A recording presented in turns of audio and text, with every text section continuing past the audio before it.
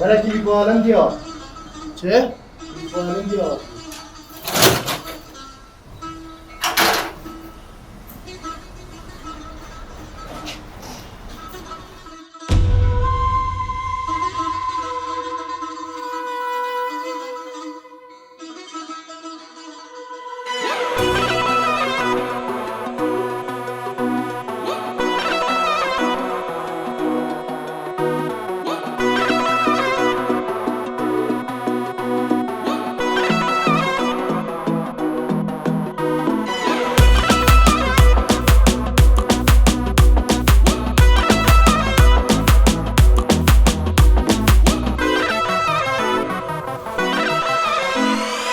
از ندینم نهارم لبلدینه لیله عشق مجنا چنانم دین ملحمه جانه جدینه را اوین دارم لبلدینه لیله دینو هاره چمانم دین ملحمه جانه جدینه را اوین دارم لبلدینه لیله دینو هاره چمانم دین ملحمه جانه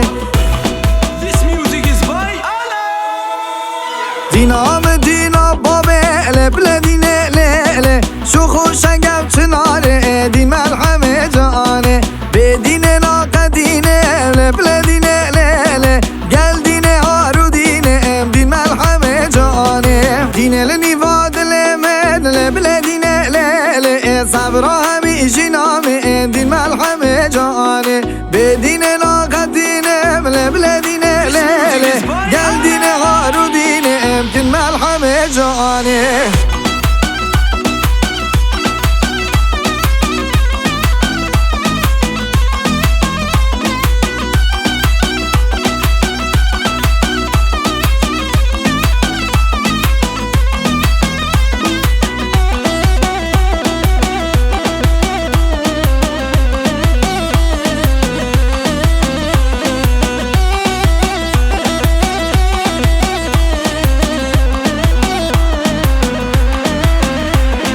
دینش مال باب هبویه لبلدینه لیله لغزه بر زبویه دین ملحمه جانه دماد چی ده بازاری لبلدینه لیله کرید باره دوانی دین ملحمه جانه نشم ندم مالی لبلدینه لیله دزیز بیدم ایک جانی کن ملحمه جانه از فقیرم به حالم لبلدینه لیله ممنون دی بابانه دین ملحمه جانه